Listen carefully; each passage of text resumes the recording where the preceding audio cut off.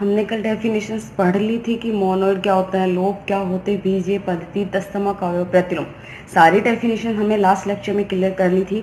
तो अब है हमारा ग्रुप कि ग्रुप क्या होता है। और मैंने आपको कल बोला था कि उन डेफिनेशंस को अच्छे से पढ़ लेना, समझ लेना, क्योंकि हम जब ग्रुप की डेफिनेशन डिफाइन करेंगे तो उनमें वो चीज़ें यूज आएंगी। तो देखिए कि ग्रुप क्या होता है और उसकी प्रॉपर्टीज क्या है। माना जी एक एरिक समुच्चय है तथा स्टार इस पर द्विचर संक्रिया है, तब बीजीय पद्धति जी स्टार ग्रुप कहलाती है यदि यह निम्नलिखित गुणधर्मों का पालन करे।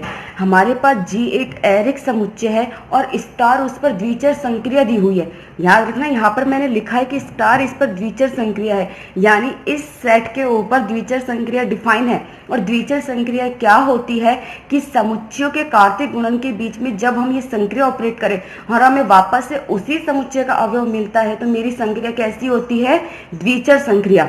तो यहाँ पर ग्रुप में मैंने यहाँ ऑलरेडी डिफाइन कर दिया है कि स्टार क्या है, इस पर द्विचर संक्रिया है।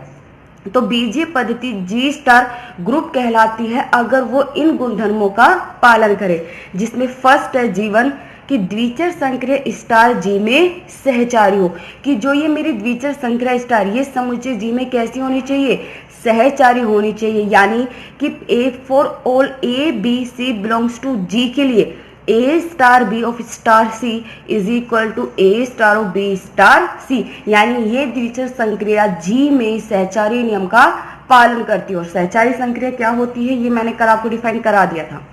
सेकंड है कि समुच्चय जी में द्विचर संक्रिया स्टार के लिए तत्समक अवयव का अस्तित्व हो, कि इस समुच्चय जी में द्विचर संक्रिया स्टार के लिए क्या हो, तत्समक अवयव उपस्थित हो। यानी तत्समक अवयव की डेफिनेशन क्या थी कि प्रत्येक ए बिलोंग्स टू जी के लिए A star E is equal to A is equal to E star. यानी इसका क्या मतलब है कि समुच्चय जी है, इसके अवयव की ऐसे अवयव से संक्रिया कराए कि मुझे वापस से वही अवयव प्राप्त हो, तो वो क्या कहलाता है, उसका तत्समक अवयव। तो यहाँ पर ई क्या है, इसका तत्समक अवयव है। थर्ड है समुच्चय जी के प्रत्येक अवयव ए के संगत एक अवयव बी इस प्रकार हो कि A star B is equal to E is equal to B star A, कि इस जी के हर एक अवयव प्रत्येक अवयव ए के करस्पॉन्डिंग संगत एक अवयव बी इस प्रकार होना चाहिए कि A star B is equal to E is equal to B star A. ये क्या है, प्रतिलोम अवयव का अस्तित्व। यहाँ पर जो बी है वो इस ए का क्या है, प्रतिलोम अवयव है।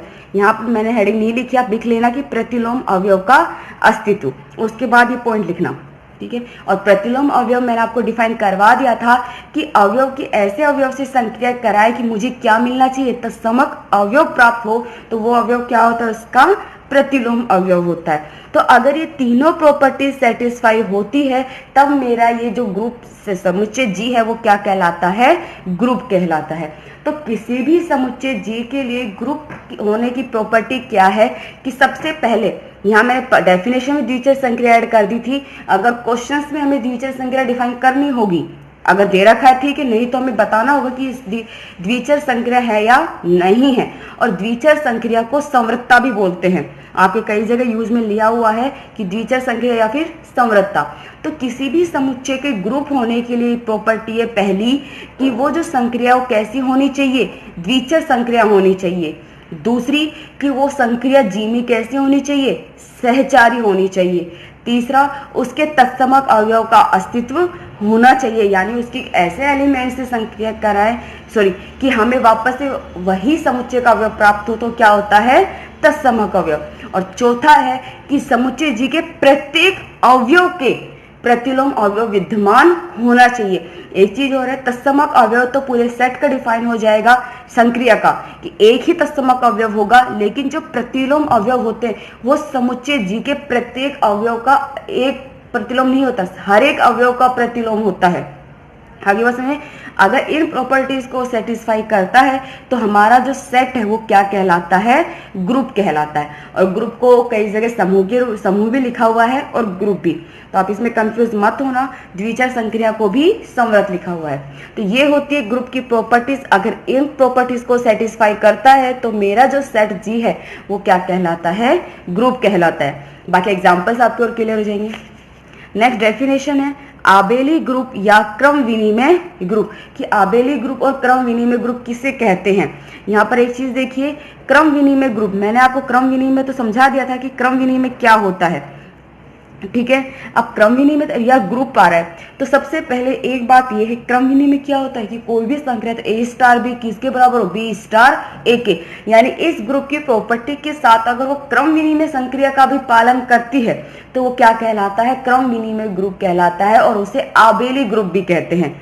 डेफिनेशन देखिए, यदि जी स्टार एक ग्रुप है तब जी स्टार आबेली ग्रुप या क्रम विनिमय ग्रुप कहलाता है अगर ग्रुप जी स्टार की संक्रिया क्रम विनिमय हो, अर्थात for all A B belongs to G के लिए A star B is equal to B star A, कि मेरा कोई भी जी है बी जी, ये अगर ग्रुप है और एक क्रम विनिमय ग्रुप कब कहलाता है, अगर ये क्रम विनिमय नियम का भी पालन करता हो, यानी A star B is equal to B star A.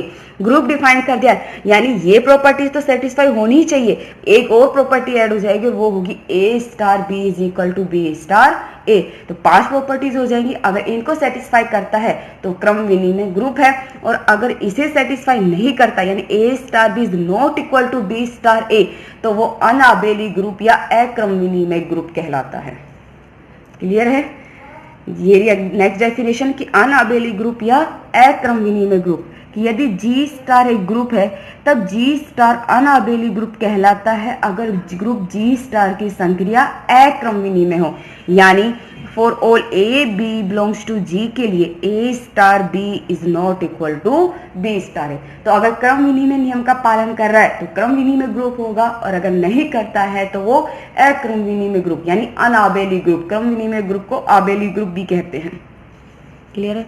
Next है परिमित ग्रुप, नाम से भी डिफाइन होना है ग्रुप की जी स्टार अगर मेरा एक ग्रुप है और उसमें अवयवों की संख्या सीमित है यानी परिमित है 2 या 4, तो वो ग्रुप कैसा कहलाता है, परिमित ग्रुप कहलाता है। और अगर उस समुच्चय ग्रुप जी में अवयवों की संख्या अनंत है तो वो अपरिमित या अनंत ग्रुप कहलाता है।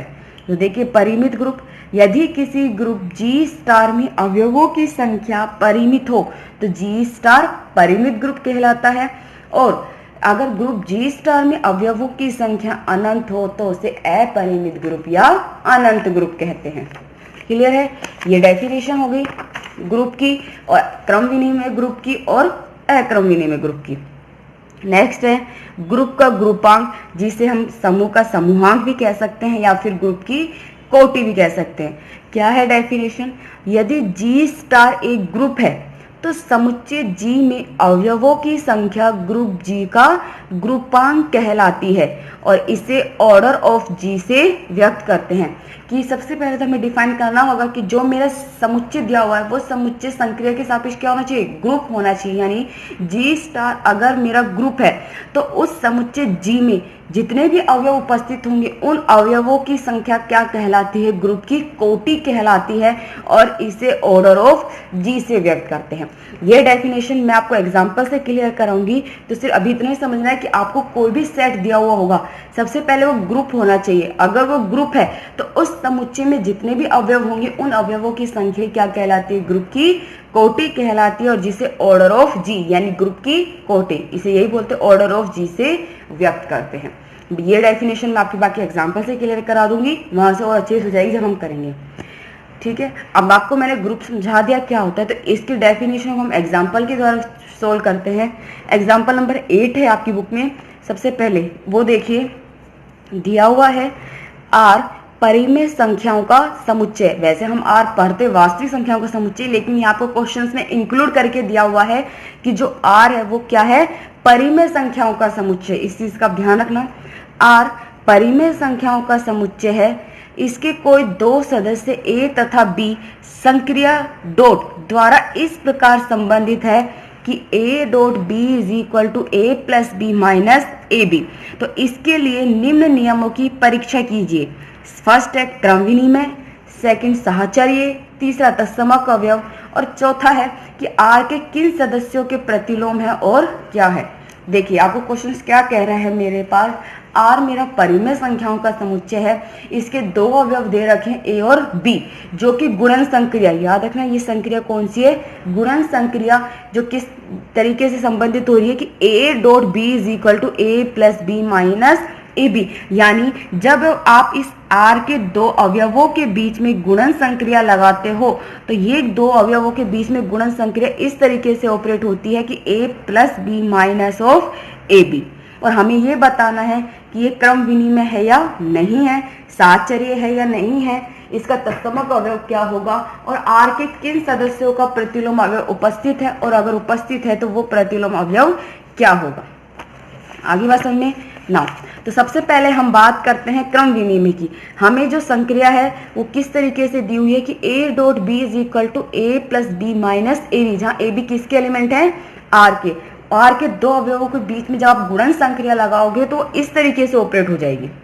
तो सबसे पहले क्रम विनिमय डिफाइन करने के लिए हमारे पास इस सेट के दो एलिमेंट होना चाहिए। तो हमने मान लिया कि ए और बी इस आर के दो एलिमेंट हैं। तो इस संक्रिया की परिभाषा के द्वारा लगाइए गुणन संक्रिया ए डॉट बी किस तरीके से ऑपरेट होगी, इसी तरीके से A plus B minus A B. Equation number first, चूंकि हमें क्रम विनिमय पता है कि ए डॉट बी किसके बराबर होना चाहिए, बी डॉट ए के। नाउ अब हम लेते हैं बी डॉट ए। यहाँ पर आप एक चीज का ध्यान रखिए, क्या हो गया, ए की जगह बी हो गया और बी की जगह ए हो गया। यहाँ जब आप इसे ऑपरेट कर रहे थे ए डॉट बी, तो ये किस तरीके से खुला था, A plus B minus A B. तो जब बी डॉट ए से लगाओगे तो वो क्या हो जाएगा, इसी तरीके से ए की जगह बी है और बी की जगह ए है, तो यानी बी प्लस ए माइनस बी ए। अगर आप ये देखो तो ये दोनों वैल्यूज क्या हैं, बराबर ही तो हैं। आप इसको लिख सकते हो A plus B minus A B. तो यानी समीकरण 1 और 2 से ए डॉट बी किसके बराबर है, बी डॉट ए के। तो यानी ये क्या है, क्रम विनिमय है, दोनों वैल्यू बराबर है। तो यानी गुणन संक्रिया आर में कैसी है, क्रम विनिमय है। अब बात करते हैं हम साहचर्यता की। साहचर्यता क्या होती है, तो आपको देखिए मैं यहाँ पर आपको डिफाइन कराती हूँ। मैंने 3 एलिमेंट ले लिए, ए साहचर्यता के लिए 3 एलिमेंट होने चाहिए सेट के। मैंने 3 एलिमेंट डिफाइन कर लिए, ए बी सी, तीनों ही किसके एलिमेंट हैं, आर के। साहचर्यता होती है कि प्रॉपर्टी क्या है, ए डॉट बी डॉट सी, ये बराबर होनी चाहिए A dot B dot C के। यही है। सबसे पहले मैं इसका LHS वाला पार्ट प्रूफ कर रही हूं। देखिए क्या है, ए dot B dot C, clear है। आपको ए डॉट बी किस तरीके से खुल रहा है, आपका A plus B minus A B. तो आप सबसे पहले ये गुणन संक्रिया ए और बी के बीच में लगाओगे, क्या हो जाएगी, A plus B minus A B dot में सी, यही हो जाएगी। अब आप इसके बीच में संक्रिया लगाओगे, जब आप ये संक्रिया लगाओगे तो ये पूरा एलिमेंट तो क्या है, ए डॉट बी, इसी तरीके से ऑपरेट होगा। ये पूरा एलिमेंट ए है और ये बी है। ऑपरेट कीजिए इस संक्रिया को, तो यहाँ देखिए क्या है, जब ए डॉट बी, सबसे पहले ए और आपका ए क्या है, ये वैल्यूज है, तो ए प्लस बी माइनस में ए बी, क्लियर है। उसके बाद है प्लस बी और बी क्या आपका सी माइनस ए बी, यानी A plus B minus A B into C. इसे खोल दीजिए तो A plus B plus C minus A B, ये तो हो गया।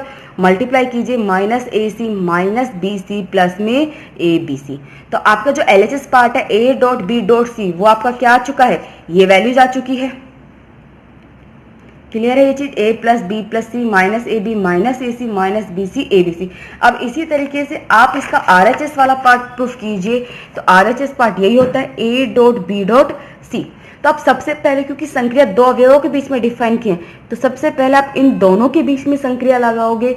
तो इस संक्रिया को जब आप खोलोगे बी और सी के बीच में, तो वो क्या हो जाएगी, उसी डेफिनेशन से आपको दिया हुआ है कि A dot B is equal to A plus B minus A B. अब उसकी जगह एलिमेंट चेंज हो गए तो इससे कोई फर्क नहीं पड़ेगा कि उस पर संक्रिया भी चेंज हो गई है। लगाइए सबसे पहले बी और सी के बीच में, तो क्या हो जाएगा बी और सी के बीच में, A dot as it is B plus C minus में बी सी। अभी आपका ए हो गया, ये कंप्लीट बी हो गया, तब आप लगाओगे ए डॉट बी, लगाइए A plus B minus A B, खोल दीजिए तो आपका ये हो गया। LHS और RHS आपका दोनों पार्ट इक्वल है।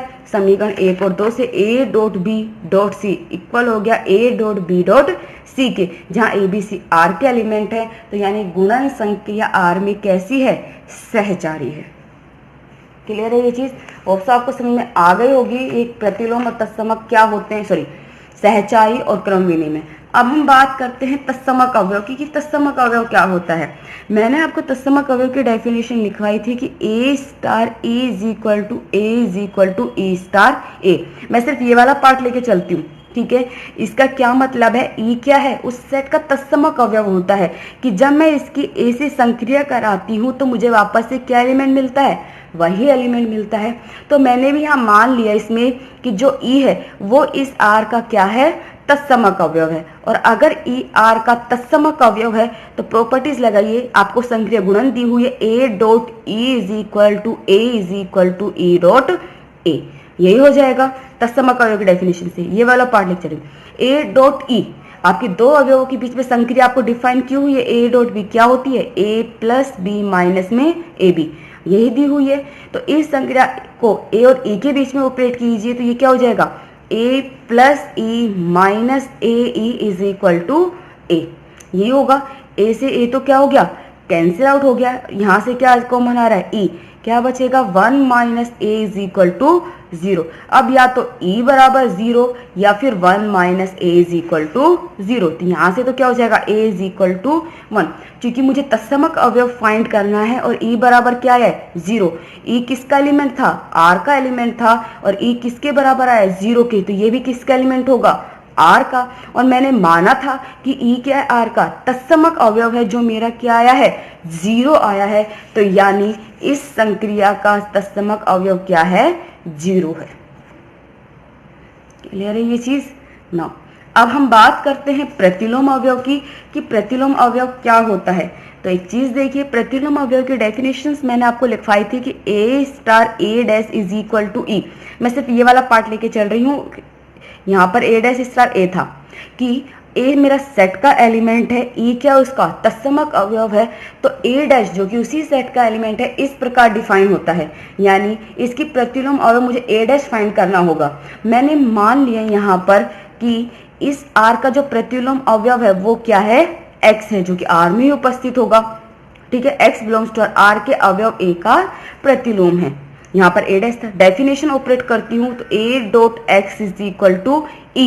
ई क्या है, तत्समक अवयव है, और मैं ऑलरेडी आर का तत्समक अवयव फाइंड कर चुकी हूँ जो कि क्या है, 0 है। क्लियर है ये चीज। मैं सिर्फ ये वाला पार्ट लेके चलूंगी, तो पूरी कंप्लीट डेफिनेशन लिखिए। नाउ संक्रिया को ऑपरेट कीजिए, आपको दी हुई थी A plus B minus A B. तो ए डॉट एक्स पे जब आप संक्रिया लगाओगे तो वो क्या होगी, A plus X minus A X is equal to 0। मुझे x चाहिए क्योंकि x इसका प्रतिलोम डिफाइन किया है मैंने। यहाँ से क्या कॉमन आ रहा है, x कॉमन आ रहा है, x कॉमन ले लीजिए तो क्या बचेगा, 1 minus A plus A is equal to 0। Equal में लेके जब सोल्व करोगे तो x इज इक्वल टू क्या होगा, a अपॉन माइनस में जाएगा, वो माइनस मैंने यहाँ ऑपरेट कर दिया, a माइनस 1। देखिए अगर x r का एलिमेंट है तो ये भी किसका एलिमेंट होगा, r का ही एलिमेंट होगा। लेकिन एक कंडीशन डिफाइन है कि यहाँ पर जो a है वो 1 के बराबर नहीं होगा, यानी a माइनस 1 0 नहीं होगा, क्योंकि अगर a बराबर 1 हो गया तो ये डिफाइन नहीं होगा, इन्फिनिटी हो जाएगा जो कि डिफाइन नहीं है। तो a इज इक्वल टू 1 पर डिफाइन नहीं है, बाकी हर एक वैल्यूज के लिए डिफाइन होगा। और ये मेरा क्या है, प्रतिलोम। तो प्रतिलोम अवयव क्या हो गया, a अपॉन a माइनस 1। तो यानी सिर्फ a इज इक्वल टू 1 के अलावा r के प्रत्येक अवयव का प्रतिलोम r में उपस्थित है, और वो प्रतिलोम क्या है, a अपॉन a माइनस 1, जहां a is not equal to 1 है। क्लियर है ये चीज। तो ये होगी क्रमहीनी में कैसे फाइंड करते हैं सहचारिता, तत्समक अवयव और प्रतिलोम अवयव। आपको डेफिनेशन अच्छे से समझ में आनी चाहिए, इसलिए मैंने आपको सिर्फ पहले एग्जांपल उठाया है ताकि आपकी सारी डेफिनेशन क्लियर हो जाए। संक्रिया आपको क्वेश्चंस में डिफाइन होगी कि कौन सी संक्रिया ऑपरेट करनी है दो अवयवों के बीच में, उसके बाद आपको क्वेश्चंस करने हैं। तो आप ग्रुप की डेफिनेशंस अच्छे से पढ़कर समझ लेना और इस एग्जाम्पल को ट्राई कर लेना। अगर आपको समझ में नहीं आता है तो मुझे बता देना, मैं आपको फिर से रिपीट कर दूंगी। इसके नेक्स्ट लेक्चर में मैं बाकी के एग्जाम्पल्स आपको सॉल्व आउट करूंगी। उसके लिए आपको सबसे पहले ग्रुप की डेफिनेशंस क्लियर होनी चाहिए, तत्समक अवयव कैसे फाइंड करने हैं, प्रतिलोम अवयव कैसे फाइंड करना है, ये सारी चीजें क्लियर होनी चाहिए जो आपकी इस एग्जाम्पल से हो जाएगी। ठीक है, और अगर कोई भी डाउट हो तो मुझे बता देना, मैं आपको फिर से रिपीट करा दूंगी।